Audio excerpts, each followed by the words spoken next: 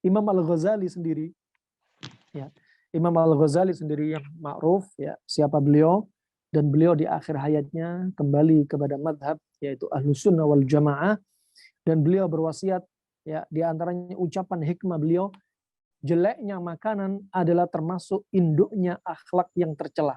Coba. Makanan berdampak kepada iman. Jeleknya makanan adalah termasuk induknya akhlak yang tercela. Ini bukan makanan haram saja. Bukan. Imam Al-Ghazali nggak bicara makan babi, nggak bicara makan anjing, nggak bicara makan biawak, nggak bicara makan ular, nggak bicara makan kelelawar. Tapi bicara makanan halal yang ternyata makanan halal ini cara mengkonsumsinya kita nggak baik. Ya, disebutkan oleh beliau, jeleknya makanan adalah termasuk induknya akhlak yang tercela. Ya, karena perut itu sumber tumbuhnya nafsu syahwat. Ya, darinya pula muncul syahwat kemaluan. Ya, jikalau nafsu syahwat makan dan nikah semakin memuncak, maka muncullah nafsu syahwat harta. Subhanallah, ucapan hikmah. Nah, juga Imam Syafi'i juga demikian. Ibnu Qayyim juga demikian. Kata mereka bahwasanya orang yang banyak makan akan menyebabkan hati keras. Ya, orang yang banyak makan akan melemahkan hafalan. Ya, nas'alullah al-afiyah. Ini barakallahu fikum rahimakumullah jami'an. Kemudian di antaranya kalam para ulama, ya, kalam para ulama mereka mentadabburi di antaranya terkait kalau kita sering kombinasi panas ketemu panas akan menimbulkan penyakit panas. Di antaranya mereka mentadabburi hadits Nabi SAW, riwayat Imam Bukhari dan riwayat Imam Muslim. Ya, kata Nabi SAW, "Idza ishtadda al-harru fa'abridu 'anis shalah fa inna shiddatil har min fayhi jahannam." Kalau panas betul-betul sedang sangat teriknya, maka dinginkanlah dengan sholat. Ya, kenapa? Karena sesungguhnya panas itu berasal dari jahanam. Termasuk mereka mentadabburi panas ketemu panas akan menimbulkan panas berlebihan bagi tubuh kita. Kemudian sebaliknya, kalau kebanyakan dingin ketemu dingin juga akan mencelakakan tubuh kita. Mereka mentadabburi firman Allah Subhanahu wa taala dari surat Al-Anbiya ayat 69. Ketika Nabi Ibrahim dilempar dari tebing tinggi, dilempar ke arah api yang menyala-nyala dengan ketapel, waktu itu Allah berfirman kepada api, "Qulna ya naru kuni bardaw wa salaman ala Ibrahim." Kami katakan, wahai api, jadilah kamu dingin bagi Ibrahim. Allah nggak berhenti sampai di sini.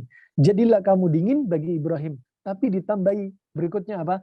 Wasalaman ala Ibrahim. Dan menyelamatkan Nabi Ibrahim. Menunjukkan apa? Kalau Nabi Ibrahim dibiarkan dingin tanpa ada kata selamat, keselamatan, bisa-bisa Nabi Ibrahim wafat kedinginan. Sehingga dikaitkan di situ wasalaman, dingin tapi menyelamatkan bagi Nabi Ibrahim. Menunjukkan apa? Kita juga demikian, kalau kebanyakan konsumsi dingin ketemu dingin akan mencelakakan diri kita. Kenapa? Tubuh kita kedinginan, sehingga kita akan celaka. Ini sekali lagi bukan kita berdalil dengan ayat ini, tapi apa? Mereka mentadabburi konsep panas dingin dari apa? Dari ayat-ayat hanya sebagai apa? Bahan tadabbur, bahan isyarat. Itu saja. Ini rahman wa rahmatullah jami'an. Juga Allah Subhanahu wa taala telah berfirman dalam surat, yaitu surat Al-A'raf ayat 31. Sekali lagi ayat-ayat ini harus Anda kuasai. Anda hafalkan hadisnya, ayatnya. Yang Anda ingin mempraktekkan pola ini, Anda dakwahkan, ya, Anda sampaikan kepada umat, ya, sampaikan dan pelajari. Allah berfirman, "Wa kulu washrabu wa la tusrifu innahu la yuhibbul musrifin." Dan makan dan minumlah dan jangan berlebih-lebihan. Ini juga konsep. Makan, minum, jangan berlebihan. Makan juga demikian, jangan berlebih-lebihan dari sisi apa? Dari sisi jenisnya. Panas ketemu panas, berlebihan. Jangan. Dari sisi jumlahnya, makan Masya Allah bisa 3 piring, 4 piring, 5 piring. Ya. Atau berlebih-lebihan dari sisi apa? Frekuensi. Saya makan dikit kok, tapi nyemilnya banyak. Ya. Sehingga nyemilnya ini menimbulkan dampak apa? Malapetaka bagi tubuh. Di luar jam-jam organ mencerna, dia tetap makan. Justru ini menimbulkan penyakit. Nah, barakallahu fikum. Makan nggak boleh berlebih-lebihan, minum juga demikian, nggak boleh berlebih-lebihan. Selama ini kita mungkin sering dengar, minumlah yang banyak, karena minum banyak itu apa? Baik, tunggu dulu. Al-Quran nggak demikian caranya. Makan nggak boleh berlebihan, minum juga demikian, nggak boleh berlebih-lebihan. Karena kalau kita banyak minum, tubuh kita akan dingin, ya, sehingga timbullah penyakit yang nanti sifatnya dingin. Kata Imam Zurnuji dalam kitabnya Ta'lim Muta'alim Ulama tahun 600 Hijriah mengatakan orang yang kebanyakan minum apa akan menyebabkan tubuh dia dingin dan akan menjadikan dia sebagai seorang pemalas. Barakallahu fikum. Ya, akan menjadikan orang yang pemalas. Kemudian berikutnya hadis Nabi SAW. Hadis dengan sanad hasan li ghairi diriwayatkan oleh Imam Suyuti dalam kitabnya Tibbun Nabawi.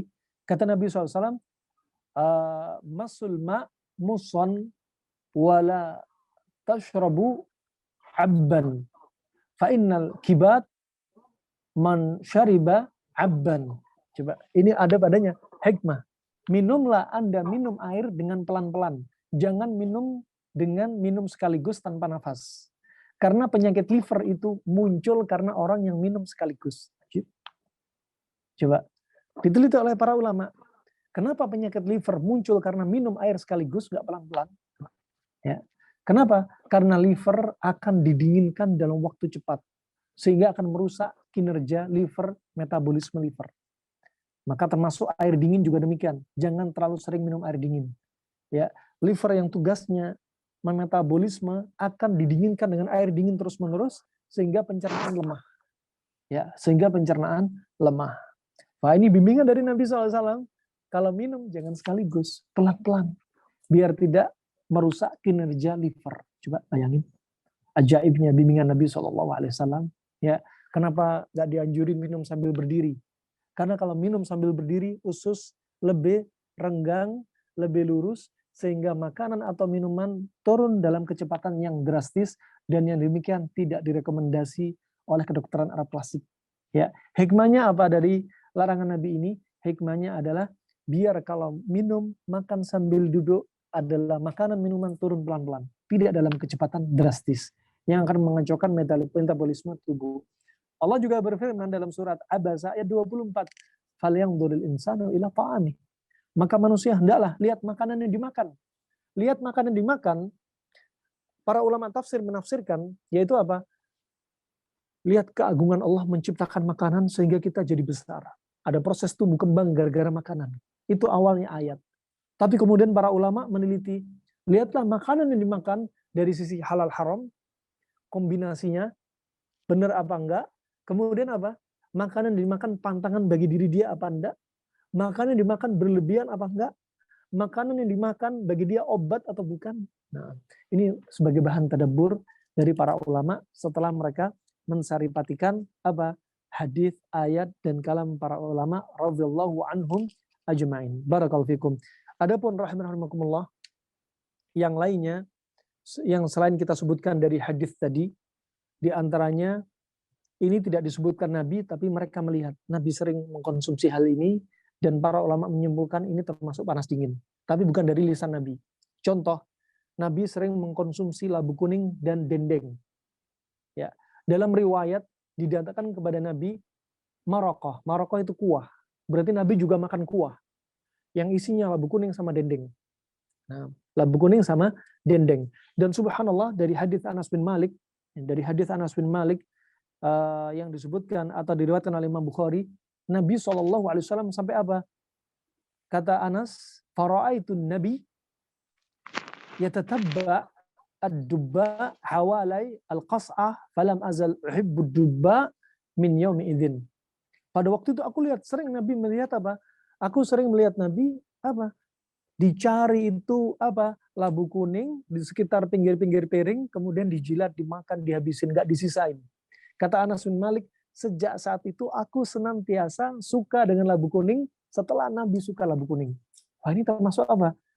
Anas bin Malik suka labu kuning tanpa diperintah Nabi. Mereka melihat apa yang Nabi suka, mereka ingin suka. Juga hadis Jabir bin Abdullah radhiyallahu anhu, ya. Jabir bin Abdullah radhiyallahu anhu ketika apa? Melihat Nabi tanya kepada para istrinya, apakah ada makanan? Kata para istrinya apa? Enggak ada makanan kecuali apa? Kecuali beberapa potong roti. Kemudian Nabi tanya, apakah ada cuka? Ya, setelah gandum dan cuka sifatnya panas, roti gandum sifatnya dingin. Kemudian kata Jabir bin Abdullah, sejak saat itu aku suka cuka. Nah, apalagi dicampur dengan roti. Barakallahu fikum. Ini rahmanakumullah. Ya, nggak disebutin Nabi, tapi mereka melihat ini ada panas dingin. Labu kuning sifatnya dingin, dendeng sifatnya panas. Juga diantaranya yogurt dengan kurma, ya, atau yogurt dengan kurma. Ini juga disukai. Yogurt sifatnya dingin, kurma sifatnya panas. Ya, juga berikutnya zubat dengan kurma, mentega dengan kurma. Mentega sifatnya dingin dan kurma sifatnya panas. Dan mentega di zaman Nabi dibuat dari apa? Dari lemaknya sapi. Adapun di zaman kita, mentega yang digunakan dari apa? Nabati, dari tanaman. Tapi dua-duanya sama-sama sifatnya dingin. Nah, kemudian Nabi juga paling suka dengan farid. Farid. Bahkan Nabi ya menyebutkan ya tentang keutamaan Aisyah. Bahwasanya dari Abu Musa al-Asy'ari Nabi berkata, ya, fadlu Aisyata 'ala nisa'i ka fadli tharidi 'ala sa'iri ta'ami. Nah, keutamaan Aisyah di atas wanita-wanita yang lainnya seperti apa? Seperti tharid dari makanan yang lainnya. Menunjukkan apa? Nabi yang paling disukai tharid. Ya.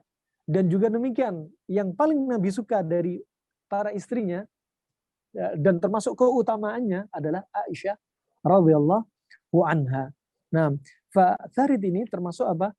Termasuk roti gandum yang roti gandum sifatnya dingin dicampur dengan daging.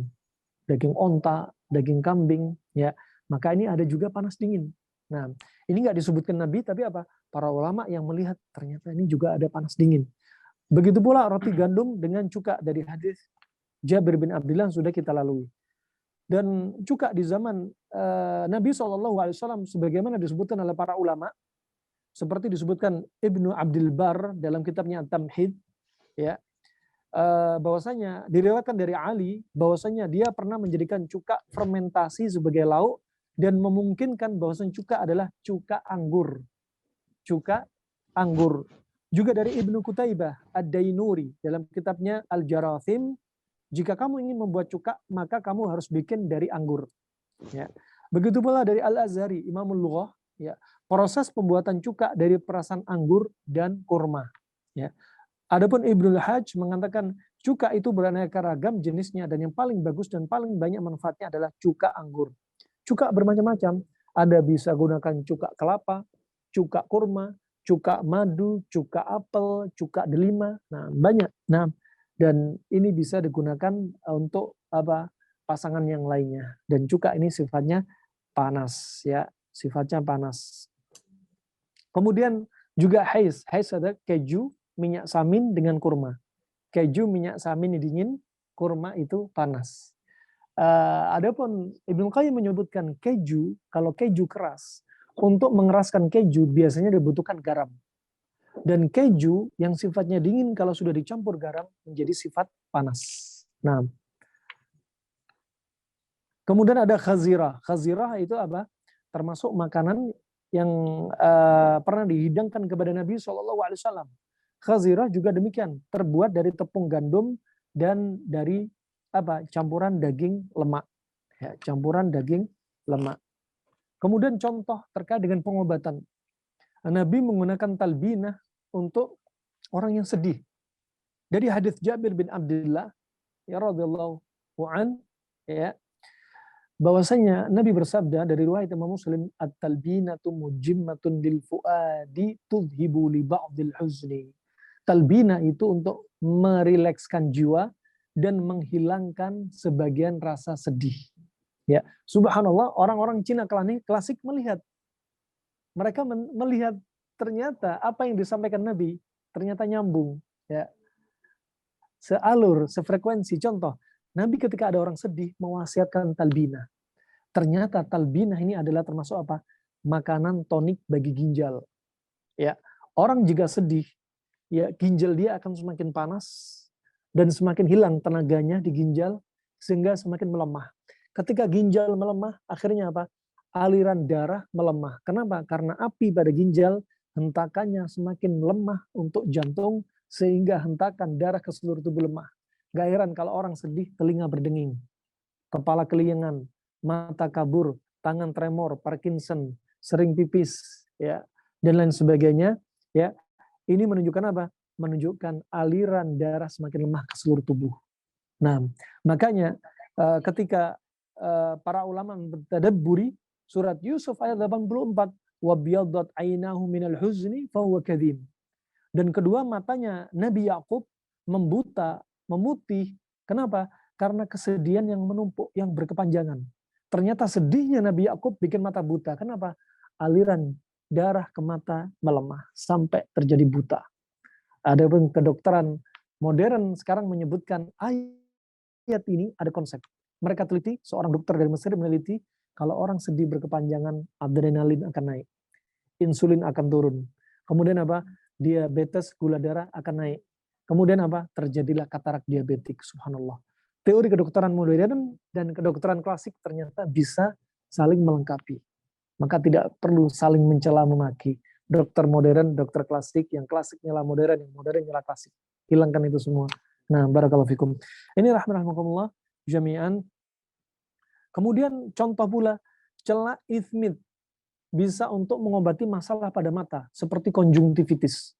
Konjungtivitis atau ar-ramat ini sifatnya panas. Warmun harun, sifatnya panas. Dan ternyata bisa diatasi dengan celak ithmid. Celak ithmid sifatnya dingin. Sakit mata panas dikasih dingin. Masya Allah. Ajib di antara sudah kami coba.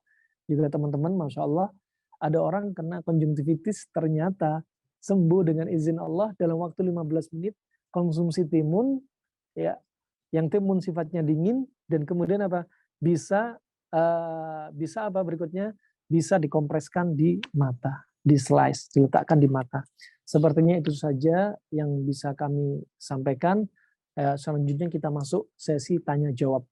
Kita istirahat sebentar, break sebentar, lanjut sesi tanya jawab. Barakallahu fikum.